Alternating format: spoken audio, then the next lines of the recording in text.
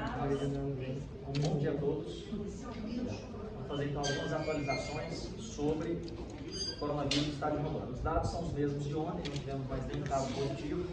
São 73 casos positivos, 16 curados até agora desses 73, 4 internados, na verdade, nós temos um internado no Semetron, ontem tínhamos 2, um na UTI e um no isolamento. O isolamento foi de alta, está em casa, melhorou, já está em casa.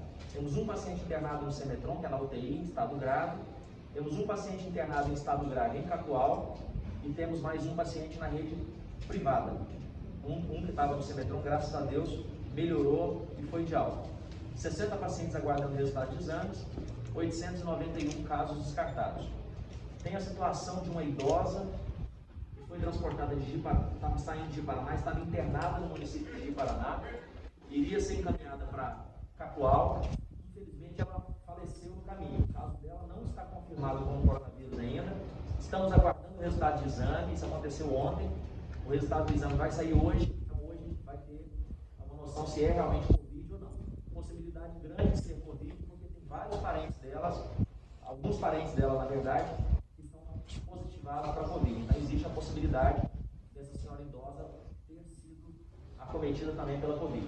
O resultado sai hoje, portanto, ainda não temos como dizer se é ou se não, só após a confirmação do exame que está sendo feito no LACEN. O LACEN, daqui a pouco, já deve lançar o resultado. Espera que espera ser marido, irmão. Ela tem irmão, eu tenho certeza agora que o irmão vai de Ji-Paraná também está aguardando outro exame. Até o fim do dia a gente confirma se tem mais algum parente dela, quais são todos e se o dela confirmou como Covid ou não. Eu sei que tem um dos que estão internados é parente dela também, lá em Capoal. Secretário, com essa confusão toda, tem um decreto do Estado, agora o prefeito fez um outro decreto completamente diferente. A Justiça derrubou tudo. Como é que a população vai saber a quem seguir? Pode falar a respeito do nosso decreto foi suspenso parte do artigo 10, que passava para os municípios a competência de verificar e abrir alguns comércios. Né? Quanto a essa decisão, a Procuradoria já interpôs o recurso, fizemos o recurso ontem, já está interposto, é um recurso do TJ. Se houver uma negativa do TJ, a gente interpõe outro recurso na STJ, então a gente já está cuidando para derrubar essa decisão. Com relação ao decreto do município, eu fiquei sabendo que hoje de manhã saiu uma decisão suspendendo totalmente o decreto. Então está valendo o decreto do Estado, exceto com relação a alguns incisos do artigo 10, que dava poderes para os municípios abrir alguns comércios, tais como concessionárias de veículos, locadoras, lavanderias, lojas de eletrodomésticos, confecções, calçados, papelarias, livrarias e armarios. Se não me engano, são esses incisos que a Justiça suspendeu. A gente entende que a Justiça não tem competência, o MP não tem competência para interferir em algo que é privativo do governador. O governador é quem detém o poder constitucional para decidir e analisar com base em critérios técnicos sobre normas e proteção da saúde. Está lá na Constituição muito claro, o STF já se posicionou nesse sentido e a gente vai defender a prerrogativa do governador até as últimas instâncias. Né? Essa é a missão da Procuradoria e o governador pediu que a gente fizesse, reforçando isso, e a gente vai fazer. Em que pese o decreto já está com prazo de restrição já quase chegando ao final, mas nós vamos lutar para que a prerrogativa do governador prevaleça nesse sentido. Quem detém o poder e a competência para analisar é o executivo que faz saúde, é o executivo que faz segurança. Então, assim, o MP não faz segurança pública, o MP não faz saúde pública e não faz vigilância. Quem faz isso é o executivo. Então, a gente tem os técnicos e temos a competência dada pela Constituição para analisar isso. Então, a Procuradoria está firme nesse sentido e a gente está bem confiante que a gente vai conseguir derrubar. Marcelo, esse recurso a que você se refere é só em relação à derrubada desse artigo 10? O recurso é só com relação à derrubada do artigo 10. Qual que é a pretensão do Estado? É fazer a abertura de forma paulatina, devagar, de acordo com o crescimento ou não do contágio, sempre primando pela segurança e a saúde de toda a população de Rondônia. Ninguém aqui está querendo abrir tudo, né, porque não tem, a gente sabe que não tem essa condição ainda, mas a gente tem que ter o poder de mexer nas atividades que a gente entende que pode ser aberta. Sem fluxo de pessoas, sem muito fluxo de pessoas, sem muito contato, a gente entende que pode ser aberto de forma gradual. Ou seja, o governo deu essa responsabilidade para os municípios, né, para que cada prefeito legislasse em cima da condução da realidade do seu município. Aí, no caso, o prefeito fez, e aí a justiça derrubou isso, né? Quer dizer, o governo deu a abertura para que os municípios pudessem legislar, certo?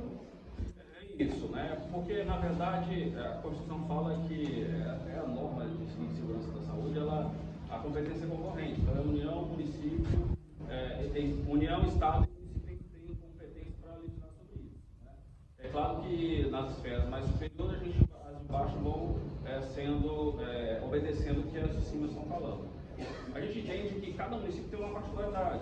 Porto Velho tem uma particularidade que é totalmente diferente de um município como Costa Marques, que tem outra particularidade, como Colorado, Vilhena, é diferente. A Rondônia tem essa característica dos municípios ser muito diferentes uns do outro, né? O eixo da BR é uma situação, quem está fora do eixo da BR é diferente. Então, assim, a gente entende que a melhor forma é cada gestor decidir algumas coisas. É claro que algumas atividades vão voltar por último, né? Principalmente as que têm muita aglomeração de pessoas. O fluxo é grande, tem que ser evitado. Mas, com relação a algumas atividades econômicas, a gente entende que o município tem essa possibilidade de analisar com mais propriedade, inclusive, que o próprio Estado, né? Então, o prefeito que está lá, é o secretário de saúde que está na localidade, que ele vai verificar a condição que eles têm de estrutura hospitalar, como que está se comportando a população, se de fato a população daquele município entendeu e está evitando sair de casa, está obedecendo a questão da quarentena. Eu queria esclarecer para vocês, e assim, está se misturando muitos os termos. O que nós estamos estabelecendo é isolamento, é quarentena, é totalmente diferente. Pela lei federal, isolamento é só para os doentes. Quem está doente fica isolado, certo? Para quem não está doente, como todos nós aqui, é quarentena, é restrição de algumas atividades, é diferente. Então, quando falar o Estado está querendo forçar o isolamento, não é isolamento, é quarentena. E o próprio ato do ministro estabeleceu que a quarentena máxima é 40 dias. Nós começamos a nossa quarentena no dia 17. Então, a quarentena no Estado, para passar do dia 25, depende da autorização do Ministério da Saúde. E o Ministério da Saúde já está analisando se vai autorizar, estender ou não. Então, assim, nós temos essa situação ainda. E está tendo muita confusão. Então, assim, só para deixar claro, isolamento para quem está doente. O que nós estamos estabelecendo, a restrição de atividades econômicas é quarentena. Mais alguma pergunta relacionada a... Não, eu quero perguntar para o secretário. Secretário, já tem alguma notícia sobre o hospital de campanha? Se vai ser construído, se não tem, enfim, como é que está essa questão? O governo do estado precisa arrumar 200 leitos em Porto Velho. E nós estamos fazendo isso. Uma das opções é o hospital de campanha. Esses leitos vão sair muito em breve, o governador vai vir divulgar isso aqui. Nós não divulgamos ainda, por questão do governador. Ele que quer vir falar, ele pediu para eu não falar e ele vai vir falar para vocês daqui a pouco qual vai ser a decisão. Esses leitos estão praticamente prontos, não todos os 200 como nós precisamos, mas gradativamente, de acordo com o que for havendo a necessidade, aumentando o número de casos. A gente espera que não aumente esse número de casos, entretanto, há uma possibilidade de aumentar, especialmente nos últimos dias que a gente viu esse boom de casos, aumentou de uma vez, por causa de um evento que teve. A gente espera que não precise, mas o governador vem anunciar nos próximos dias a questão dos leitos, como é que vai ser, se vai ser o hospital de campanha ou se vai ser uma outra estratégia, nós temos várias possibilidades, inclusive, para resolver isso. Mas os leitos vão ter, nós já temos alguns que ainda estão ociosos, por exemplo, lá no Cemetrão tem 60 leitos clínicos que ainda estão ociosos, não estão sendo ocupados ainda, e gradativamente a gente vai aumentando isso até chegar a 200 leitos. O governador vai anunciar qual é a grande medida nos próximos dias que vai ser tomada. Isso está sendo analisado muito friamente, os técnicos analisaram, aprovados, conselhos com vários médicos, vários profissionais da área da saúde, e é uma atitude muito boa, muito responsável, que vocês vão ter a notícia nos próximos dias. Secretário, 200 leitos geral ou 200 leitos de UTI? 200 leitos clínicos, fora todos os leitos de UTI que nós já temos, fora todos os leitos clínicos de UTI que nós já temos. Eu vou repetir hoje, nós temos 19 leitos de UTI prontos no Semetron, já funcionando. Temos um paciente internado com Covid, como eu já relatei para vocês agora há pouco. Temos mais 6 leitos no Cosme Damião, 7 na verdade, no Cosme Damião aumentou, que pode ser utilizado para adulto ou criança, estão todos vazios. Temos 35 na AME, 35 leitos de UTI completamente vazios, é outro quartel-general só para Covid também. Temos mais 18 leitos no Regional de Cacoal, que nesse momento tem um paciente internado nesses 18 leitos. Temos mais um leito em São Francisco do Guaporé, mais 2 leitos no Euro de Cacoal. Esses leitos estão ociosos, estão aguardando pacientes com Covid. Pacientes, eles são separados e tem que ficar separado mesmo, tem que estar isolado, porque senão transmite a doença para outros pacientes que não têm. E aí nós temos então mais 60 leitos no Semetron, mais 32 clínicos no Hospital Regional de Cacoal, e esses leitos podem ser ampliados na medida que for havendo necessidade. Então, em breve o governador vem anunciar como é que vai ser essa ampliação, de que forma vai ser feita, e uma das hipóteses que está sendo analisada, inclusive já esteve uma empresa aqui, nós já analisamos terrenos, galpões, uma série de situações. Uma das possibilidades é que seja um hospital de campanha, mas quem vai dizer isso nos próximos dias é o governador.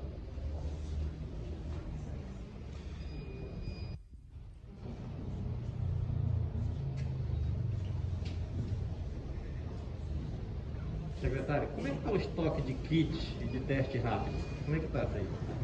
Muito boa pergunta quanto aos testes rápidos. Ontem chegaram mais 3.900 testes rápidos do Ministério da Saúde.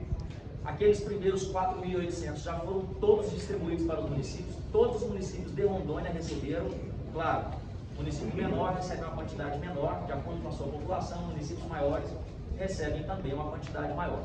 Ontem chegaram mais 3.900 testes rápidos que serão distribuídos também para os municípios. Ficarão na rede hospitalar do governo do estado de Rondônia alguns, e a grande maioria será distribuída para a rede municipal, para os municípios realizarem esses testes rápidos nos seus municípios. Já estão sendo feitos exames, já estão sendo feitos há alguns dias nos municípios, desde que nós distribuímos. Chegaram 3.900 agora, estamos preparando toda a logística para distribuir, e como o Ministério da Saúde prometeu, toda semana estariam chegando esses testes rápidos. O Estado comprou uma carga de 100 mil testes, esses testes está previsto para que cheguem amanhã em São Paulo, era para chegar hoje, adiaram para amanhã, chega amanhã em São Paulo, estão vindo da China, um avião com esses testes. Tem toda aquela fase burocrática de liberação da aduana, Anvisa. Quando tiver tudo pronto, um avião do Corpo de Bombeiros nosso irá até lá para buscar os 100 mil testes em São Paulo, para trazer e também distribuir para os municípios. A logística atrasou um pouquinho, era hoje, quinta-feira, que chegaria. A gente espera que chegue amanhã, como eles estão nos prometendo.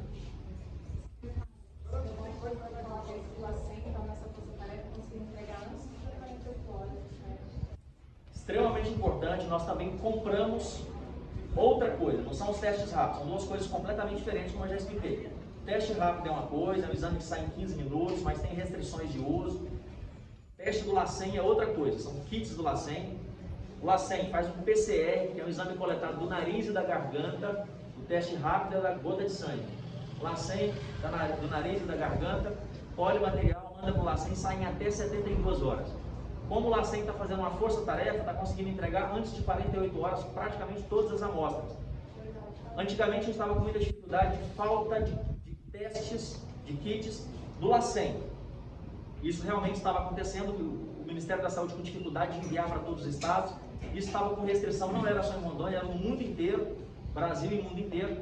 Nós conseguimos fazer uma compra desses kits para o LACEN, que chegaram ontem, a gente mandou, a aeronave foi buscar ontem, já está em Porto Velho, mais 6 mil testes, na verdade são kits que dá total 6 mil amostras para o LACEN. Então isso nos dá uma folga maior, porque a gente não fica dependendo só do Ministério da Saúde. Antes a gente não conseguia fazer essas compras, apareceu uma empresa que conseguiu vender para a gente, nós conseguimos comprar, a priori a nossa compra seria de 50 mil testes. O problema é que hoje em dia tudo está muito escasso, tem dia que tem álcool em gel, tem dia que não tem, um dia sobe o preço, no outro dia barateia mais um pouco, no outro dia tem luva, no outro não tem máscara. Infelizmente está desse jeito que é uma pandemia, todo mundo querendo comprar, os preços elevam, os produtos ficam mais raros. E nós chegamos a fazer uma compra de 50 mil testes, para fazer 50 mil exames no LACEN. E infelizmente essa compra caiu, mas nós conseguimos fazer uma outra de 6 mil. Isso já chegou em Porto Velho, provavelmente amanhã comece a realizar, usar esses aí. E na verdade só vai ser utilizado quando os do Ministério da Saúde faltarem. Porque o Ministério da Saúde manda, fica, por exemplo, 5 dias fazendo exame, ficavam 1 ou 2 dias sem. Agora não vai ficar mais esses 1 ou 2 dias que nós já compramos. Os nossos testes a gente consegue inclusive aumentar a quantidade de exames realizados por dia. Muito difícil de comprar porque as empresas não têm, estavam vendendo tudo para o Ministério da Saúde, mas agora começou a ter uma folguinha, conseguimos achar essa empresa, já compramos uma quantidade, não é uma quantidade exagerada, mas é o que a gente conseguiu comprar nesse momento, isso para não deixar faltar quando os do Ministério da Saúde se esgotarem em questão de 1 ou 2 dias. Eu ainda tenho uma para tirar dúvida, se alguém... Claro. Sobre o uso da cloroquina. Hoje a gente já está vendo depoimentos de cardiologistas falando que essa medicação pode matar de ataque cardíaco. Como é que vocês estão usando a cloroquina? Estão seguindo essa orientação ou não? É importante. Cloroquina tem benefício, mas nenhum medicamento é completamente inerte. A dose que é utilizada da hidroxicloroquina e da cloroquina são doses muito altas, que podem causar complicações. Pergunta muito pertinente. E aí, realmente, tem alguns estudos sendo suspensos, inclusive deixando de usar em alguns lugares, como, por exemplo, Manaus teve um estudo que foi suspenso. Tiveram problemas na França, em vários outros lugares também, porque a dose alta do medicamento, a dose muito alta, pode causar problemas graves, inclusive culminar com a morte. Como é um medicamento que é o único que parece que ainda tem um efeito bom sobre esse vírus, consegue ajudar nessa doença nesse momento, que é uma doença nova, nós temos um protocolo do Semetron, do governo do estado de Rondônia, que está sendo praticado, está sendo feito o medicamento, a família tem que autorizar, assumindo os riscos podem acontecer. E aí aquela história, a gente fica entre a cruz e a espada. Não faz o medicamento, a chance é maior do paciente idoso, por exemplo, morrer. Se fizer o medicamento, tem chance também, como a dose é alta, de ter algum problema, uma arritmia cardíaca, ter uma retinopatia que fica certa, existe. Tem que pesar custo-benefício, discutir com a família do paciente, com o paciente, caso ele esteja orientado, mas no nosso protocolo, dá para ser utilizada a hidroxicloroquina, desde que a família aceite, o paciente aceita, a gente pesa. Tem contraindicação, esse paciente tem alguma arritmia grave que não pode utilizar o medicamento, tem alguma outra contraindicação, se não tiver, a gente chama a família, expõe risco e benefício, existe os riscos sim do medicamento, mas a família aceita, assina um termo de consentimento e podemos utilizar. Apesar de termos casos de morte em outros lugares, não em Rondônia, relacionados à hidroxicloroquina e à cloroquina em altas doses, temos muitos relatos também de muitas pessoas que ficaram curadas, de pessoas que melhoraram clinicamente. Então nós podemos ofertar isso para os nossos rondonienses. Quem decide se vai utilizar, caso o paciente não tenha contraindicação, é a família e o próprio paciente, sabendo de todas as complicações, de todos os riscos que correm. Entretanto, nós conseguimos comprar esse medicamento e ele está disponível para os nossos rondonienses. Alguns estados estão com dificuldade de comprar agora porque tem muita gente querendo, pouca matéria-prima, pouca disponibilidade no mercado, os preços estão mais altos. Conseguimos comprar de forma antecipada e temos para disponibilizar, caso a família queira, caso não haja contraindicação. Satisfeito. Mais alguma pergunta? Eu estou satisfeito.